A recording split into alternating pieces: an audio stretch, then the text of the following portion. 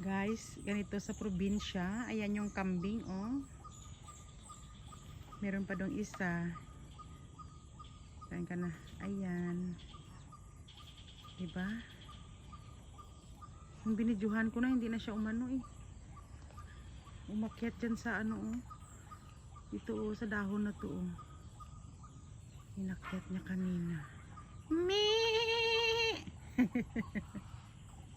Hi! Wala, nag-umpisa ng mag-ano yung ano. Mapungko, tatulog tinga! Wala akong tayong gawin di?